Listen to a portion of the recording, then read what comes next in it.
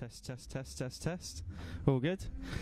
You're locked into Fred's Radio, and we've got something pretty special. We've only been open about 5 days or so, and we're now sat here on the man on the sofa, who's part of the reason that we all do all this. We've struggled to build this mad venue and mad radio station. We're sat here in the Cause, and tonight Loose Lips, the Cause and Unbound team up. Juan Atkins is headlining. We got 3 rooms of amazing music, and we thought, why not take the opportunity to bring him in the studio and have a little chat. How you doing, man? Hey, I'm good. Yeah, welcome. Thanks for coming down to sunny London, huh? Thank you for coming straight out the taxi into the studio. What do you think of it? You commented. I mean, it's like a work in progress, man. I'm like feeling this wood and the fresh, raw. Yeah. Raw. It's DIY to the truth. Doing what we can with what we've got. No, man, this is like, you can't make this stuff up, man. Yeah, for sure. Especially being here at the beginning, man. Yeah. What have your previous experiences in London been like? We were just chatting off mic about it then, but obviously we've got something very special coming up in London we'll talk about later, but what's your life been like working in music in London? In London for years. I mean, I actually lived here a couple of times for like 5 or 6 months. And I remember people used to ask me for directions on the tube. And, you said you used to live there? Because I was here like on the tube all the time. Cool. And I used to get people asking me for directions. So it was, I had a good time, a good experience here. I lived in a couple of places around. Sick. Yeah. And just before we announced this gig, something very special got announced, which has been exciting everyone, which is your Cybertron tour, which is going to be coming. Is it starting in the Barbican, or? Yeah, it's going to launch. Tell us a little bit about it. It's going to launch in the Barbican. I mean, I don't want to give away too much, but basically, I will confirm that it is a show, and it's going to be spectacular. And I'll unwrap some new music as well. What was it that? Why did you choose the Barbican to launch it? Who decided that? It wasn't really up to me so much. I mean, the producers of the show, it's an amazing space for it. Perfect. From London, so I guess it kind of worked out that way. And, well, I mean, I've been there quite a few times, and there's great sound in that room. Like it. Yeah. Obviously, it's all seated, but the sound is incredible. Well, so I mean, it's going to be like a real visual spectacular as well. So the visual team guys that they had a big hand in choosing the venue because they want to present the best possible light visual show that they can do. Amazing. And so they had a lot of input in choosing that particular venue or whatever venues and different. I mean, it's a lot of things at play. It's all of that's got to be right, and then it's got to be the right. Yeah, it's got to be the right space for it. Everything, Yeah. Sick. And where else are you doing it? It's not just London, is it? It's going to be at Primavera in Barcelona. Yeah, cool. And then after that, Mental opening. You're going to Amsterdam to do it? Yeah. That's sometime There's a couple of gigs in Amsterdam, isn't there? Yeah, I mean, I'm doing some other stuff as well, but we're going to open Deck Mental. I think it's August. So that's the 3 shows that are definitely confirmed and paid. So yeah. So cool. If you miss London, come to Barcelona. Do you think you might be doing a show in Detroit? Oh yeah.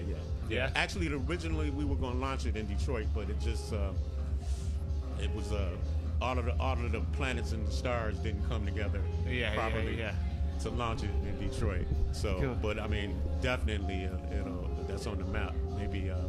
And you live there now in Detroit. And still in Detroit. What's the scene like there? Because when the club dance. Do you go out at all in Detroit? You know what? I'm never really lately.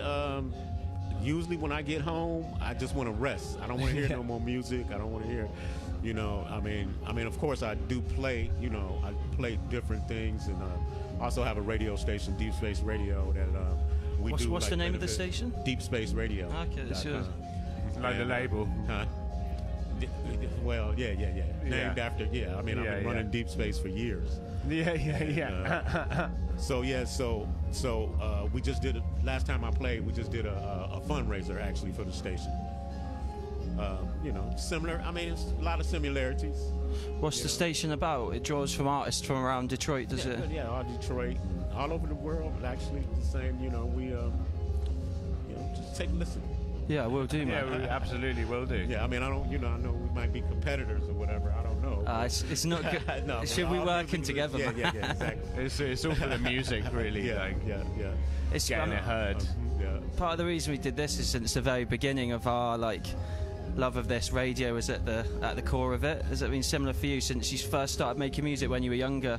Have you always been involved in radio? Did that come? I always. I mean, I used to play DJ sets when I was like little and growing up, and so I've always had this thing about presenting music, basically. Yeah. And that's why I do what I do, actually. So. Yeah. And what is it that made you bring the Cybertron tour back? That you wanted to bring it back to people at this time, because it feels like it happened at a really right time, at a special moment. I mean, people been asking me to do that for years, and eventually the right people asked, the right things came together, and I said, stars aligned. Okay, let's do it. So that's how it worked out. Because like I said, it's a lot of moving parts. And everybody got to be on the same page. So, when the right people ask the question at the same time, okay, let's do it. Yeah. Yeah. And, I mean, yeah, it was something that just kind of came together. Yeah, great. And touring-wise, obviously, you're doing these Juan Atkins shows, which we're looking forward to tonight, Cybertron. Are you touring other projects? There's some rumours on the grapevine, the Model 500 thing. Model 500, that'll be some shows. And right now we're trying to figure out, we're doing some things to make it totally different from the Cybertron show. So that's a very interesting challenge. Yeah. To remove it. Yeah. But I've heard a little bit about the mad visual show that comes with that. Yeah. We've been chatting to Dragon a little bit about that. Right. So yeah, because I mean, I think it's all about multimedia, from whatever project that I'm doing, and so it's like I'm kind of busy. I'm keeping busy. Yeah, it seems it, man. Yeah, it seems it. And you're off tomorrow to Munich, am I right? To Poland. To Poland, yeah. Tomorrow. Cool. To Katowice. Fantastic. I think that's Poland, yeah. What? Test both of our geographies. I'm not sure. Yeah, so I'm told. Yeah. Sick.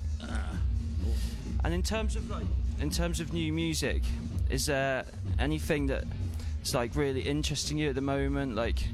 Any particular artists maybe it's putting you on the spot? It's so much music. I mean, it's not like it used to be where I can remember waiting by the radio and waiting for certain songs to come on, and I'd wait all year for the Funkadelic album to come out, for it to come back again. Yeah, for the new album. But now it's so much music. It's hard to and I mean, you got people that I mean, the technology has made it possible for just about everybody to just they think about, they want to make a record, then they make it. I'm sure you get sent a lot of stuff as well. Yeah. Too much to listen to. It's too much, yeah. And so it's really hard to pay attention to any particular artist. Yeah. And I just and even when I first started, I never really paid too much attention. I mean, especially for dance music or for club music. It's different than just a song that comes on the radio, So I never really paid attention to the artist. I listen to the record, and I might put a certain code or something to mark it to designate where I'm going to fit it in the set, and that's about it. And I mean, if you asked me who the artist was, I couldn't tell you, but it'd be one of my hottest records. It's a color, yeah, you know what I mean? The white label, you know where to find yellow it. label, the one with the polka dot cover and all of that. Cool. Well, on that note, I've lined up a couple of tracks from British artists, quite underground stuff. And I wondered if we could play it for you and get your take on it. Yeah, sure. Yeah? Yeah. Cool. Okay, great. Lee? One quick question while he's loading it up. You said there about dance music, like when you are listening, like I don't know, at home in the bath or in your room. Is dance music take over your life? Are you into lots of stuff outside the club? Have you always found that? I mean, I've always been a music lover first. Yeah. You know, and that's, you know, I mean, it was like before I even thought about, I mean, before actually mixing records even existed. You know, I mean, I grew up in like the funk era, you know, and so you know, it's always been rooted from that, yeah. Yeah, you know, cool. You know, I mean, I just love music, period. You know, and like when I start DJing, then you know, I mean, it's like when I'm at home, you know, I mean, I really grew up on jazz music, and it's like you can't really be playing jazz records in the club. I mean, I guess you could, you know, I could break it down. It's a different party, isn't it? You know, but like just to relax or whatever, chill, you know, I'm listening to probably some jazz. Yeah. I was reading that you used to listen to Manuel Gotching. Ah, yeah. Yeah, that's E2, E4 thing. Yeah, like that kind of song. I mean, but you can play that though, and people will some crossover there with that sort of stuff. Yeah, it's also 15, 20-minute track. Yeah, real chill. Yeah, you know.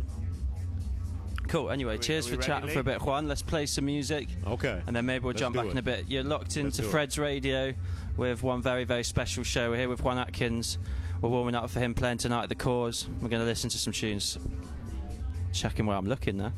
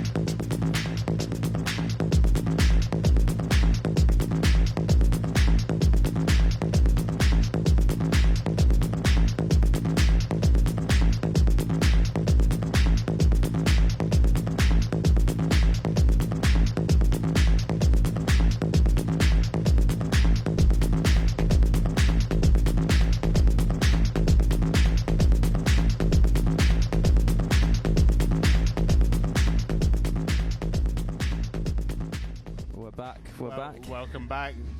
So that was that was a Macaton remix of a Romic track on Blueprint. This goes back to exactly what I was just saying about not knowing the artist, but yeah, I think I bought this record. Yeah. Last week or so. Yeah, you could have done it. It was pretty recent. Yeah, came out. Yeah. I think I got it in my box right now. I'm pleased you can hear it because we're laughing here that I attempt to play Juan Atkins a piece of music on a little rocket speaker in the doorway. Yeah, so that's what else can I say about Except it's your jam. Maybe I play. So we might hear it tonight. The guy who actually made that remix is playing in the second room tonight as well. Okay, cool. And here with Charles is running the night as well. He said you wanted to ask a couple of questions. Yeah, so obviously you've had a really great, really varied contribution to the history of electronic music.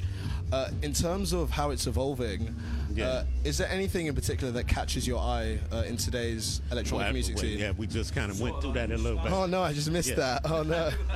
Okay, so another one. I guess in terms of how technology is used, we were just talking about this. In terms of how it's evolving, how do you see it in terms of its interplay with music? I mean, it's definitely allowed, people that probably 15, 20 years ago wouldn't have been able to make making music. I mean, and there's two ways to look at it. I mean, some people that's making music now shouldn't be making music. It's true. It's true. So on the other hand, the technology has made people be more creative. People that are really in it for the music. It gives. I got so many tools. The possibilities are limitless now. Whereas, when I first started, I mean, it was like I was limited by the ability of what I had to work with. And, so one drum machine and a couple of synths. Not even a drum machine at the time when I started. But I was making drum beats with my synthesizer. Yeah, with my Korg MS-10. So. Do you have a lot of time to make music still nowadays? Yeah. And what? I mean, another thing technology is enabled to, you can do take a laptop and a mini controller with you, and you can. I mean, we made the last Model 500 album. Most of it I recorded in a hotel room with Mike Banks. And on tour. We were actually at a show, and after at night in the hotel, where everybody would kind of gather up in the room, and we just turned it on and say, "Hey, sit down and play a part." He sat down and played a part, then I play a part, then Mark or someone play a part, and it turned out like most of the tracks on the last Model 500 album. Worth releasing. It came out already. The Digital Solutions album. And has it evolved over time? So you obviously talk about those basic bits of hardware, the minimal amount of hardware you had. Are you still mostly using hardware when you produce, or that's evolved over time? You got the laptop involved? I'm actually getting back into the hardware. I'm kind of dusting off some stuff that I just kept around and I didn't want to get rid of. And I'm actually me and Mike actually in the midst of doing like what they call analog studio, where like some of this old gear that you just have a affinity for, you can never sell it or give, just sitting somewhere. We pulling all the dusting it off and putting them back together, and just I'm right now looking at a system to like integrate the digital stuff with some of the analog gear. So it's interesting. It's a challenge. Yeah. And so obviously with music making, the barrier of entry is much lower, and it's the same with DJing nowadays as well. Are there any new DJs that are sort of catching your eye? That's the same thing. I don't follow nobody. So that's good attitude. I mean, because I could start naming people, and then I'm going to hear it from somebody that I didn't name. And it's like, what about me? And so I just stay away from them kind of questions. But in terms of the DJing point, you've always stayed true to that more analog format. You've always been playing records, or have that been a part of it? It's integrated. I mean, there was a period where I wasn't taking vinyl, but then I realized that certain releases you can only get on vinyl. Yeah. And I mean, and the thing that I know about vinyl and what my experience is like, if you're gonna spend the money to master a record and played it and get it pressed, you're gonna put your heart and soul into that record. It's a good filter for quality. Yeah, well, I mean, it's not even so much the quality. It's like you know, I mean, you got to come out the gate and spending at least $500 to $1,000 to even get one copy pressed. The intention of the people. So you know, to me, it's like it better be a good record. Yeah. You know, where you can just upload it to, like, okay, you can do something and just upload it to SoundCloud and you got a record. Yeah. I mean, how much energy are you really going to put into commit to it? Yeah. You know, how much imagination you going to really, you know. Cool, man. How much love have you got for it? You know, when you putting your hard-earned money on it, it better bang. You're gonna believe a little fire in your gut. Yeah, great. Yeah. Wicked, man. Cool. All right. Well, thank you so much for chatting. I can't explain what an absolute pleasure it is to invite you on, man. All right. Thanks, man. Thanks for having me, man. No worries. We're really looking forward to your set tonight. Cool. Been locked into Fred's, and the radio's going to keep going. But if you're in any vicinity, then come down to the cause now. Juan Atkins playing in about an hour and a half. Big up. It's going to be live tonight.